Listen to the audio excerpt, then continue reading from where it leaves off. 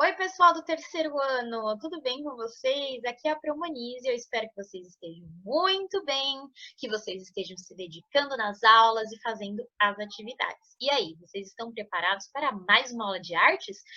Mas antes eu tenho um recadinho muito importante. Na verdade, dois recadinhos, certo? Na semana que vem, nós teremos uma atividade avaliativa, então estudem todos os conteúdos aí que a gente aprendeu até agora. Combinado? Muito bem. Se você tiver alguma dúvida, pode enviar lá no meu e-mail que eu respondo com o maior carinho. Ah, e outra coisa em relação ao meu e-mail, ok? Eu enviei um recadinho semana passada na nossa sala virtual do aplicativo, certo? E lá eu coloquei um lembrete. O meu e-mail correto, né?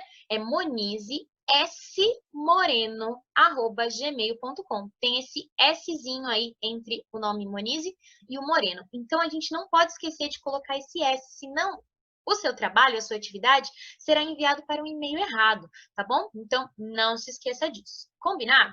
Vamos começar a nossa aula de hoje? Então, vamos lá. Pessoal, hoje é dia 8/6/2020 e hoje nós vamos continuar falando um pouco sobre a arte indígena. Na semana passada, nós estudamos sobre os grafismos indígenas e eu recebi lindos grafismos no meu e-mail.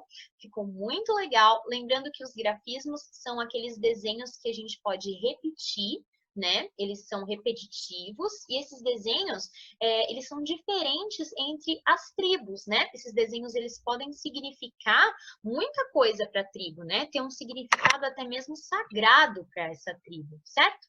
Hoje a gente vai estudar um pouquinho sobre as outras formas de arte indígena que nós podemos encontrar, ok? Então, observe: artefatos indígenas, máscaras, arte em pedras, cestaria, arte plumária, cerâmica. Para o índio, o mais simples objeto usado no dia a dia deve ser feito com muito capricho e perfeição.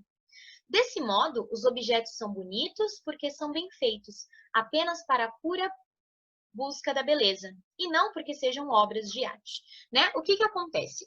Os indígenas eles produzem esses objetos muitas vezes não pensando como uma produção de obra de arte. Eles produzem porque eles utilizam esses objetos em rituais, eles utilizam isso como vestimenta, como utensílio doméstico. Só que eles fazem essas vestimentas, esses utensílios e esses objetos de rituais de uma maneira tão bela, de uma maneira tão bonita, com muito capricho. Por isso que a gente acaba trazendo aí para estudo de arte, estudo artístico mesmo, né? Então, nós vamos ver um pouquinho aí das possibilidades dessas artes indígenas, certo?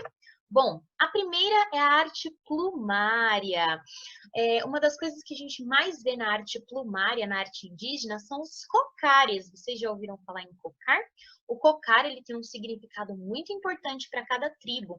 Então, dependendo das pessoas que vão utilizar esse cocar na tribo, esse cocar é de uma forma diferente. Por exemplo, o pajé usa um tipo de cocar, as mulheres, os homens, né? Então, isso vai variando de acordo com a tribo. Então, pode variar o formato do cocar, pode variar as penas que são utilizadas, né? Essas penas, muitas vezes, são de aves, por isso que elas são tão coloridas, tão vivas, assim, né? Então, essa seria a arte plumária, ok? Aí nós temos a cestaria. Olha que legal, tem até uma imagem de um indígena fazendo ali, ó, na mão. Então é um trabalho muito artesanal, de muito valor, não é verdade? Ó, a gente consegue ver nas cestas também alguns grafismos. Então os grafismos indígenas, eles não estão presentes só no corpo do índio, né? Eles também estão presentes aí nos objetos de arte, nos artefatos, nos utensílios, ok? Aí nós temos o trabalho em cerâmica. Cerâmica seria o que a gente conhece por argila, ok? Então, é aquele material vindo do barro, certo? A gente até consegue ver as imagens aí de baixo, os indígenas trabalhando realmente no manuseio dessa cerâmica, no manuseio desse barro. Esse barro, geralmente, ele é queimado. E aí, por isso, a gente consegue essa textura mesmo de um utensílio de cozinha. E, novamente, a gente consegue ver nessas tigelas, nesses vasos, a presença dos grafismos, desses desenhos com linhas que se repetem, certo? Então, a gente consegue ver linhas onduladas, linhas retas, né? Geralmente utilizam a cor preta, a cor marrom, a cor de tintas naturais mesmo, tintas encontradas aí na natureza. Aí nós temos também o trabalho em pedra, né? Geralmente esses trabalhos em pedras, eles servem muito para a utilidade no dia a dia. Por exemplo, um cachimbo, não é? Ou utensílios para cozinha.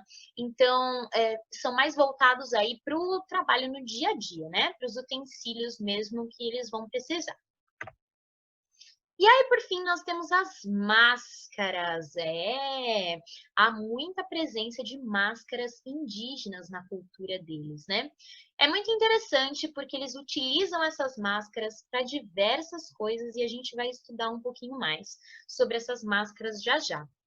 Eles utilizam diversos materiais naturais, então palhas, penas, cerâmica, a própria pintura de grafismo, tá?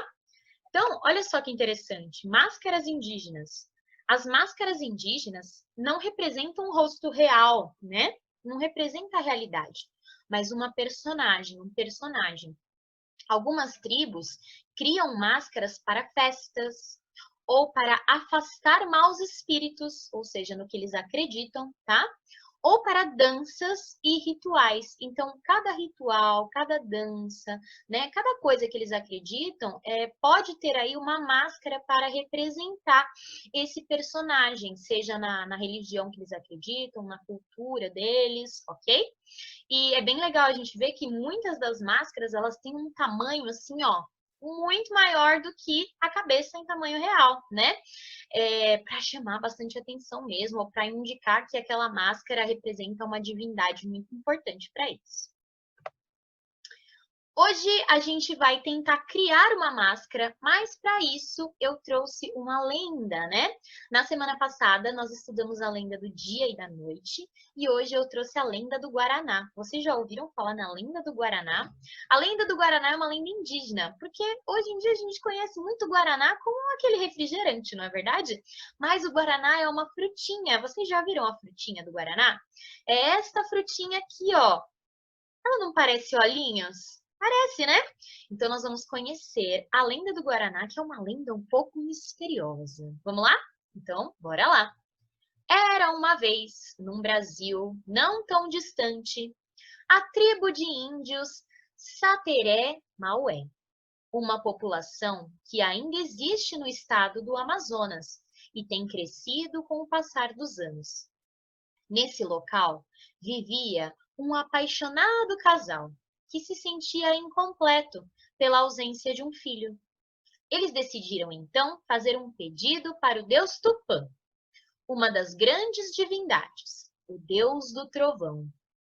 A solicitação da gravidez foi atendida e meses depois a Índia deu à luz a um menininho.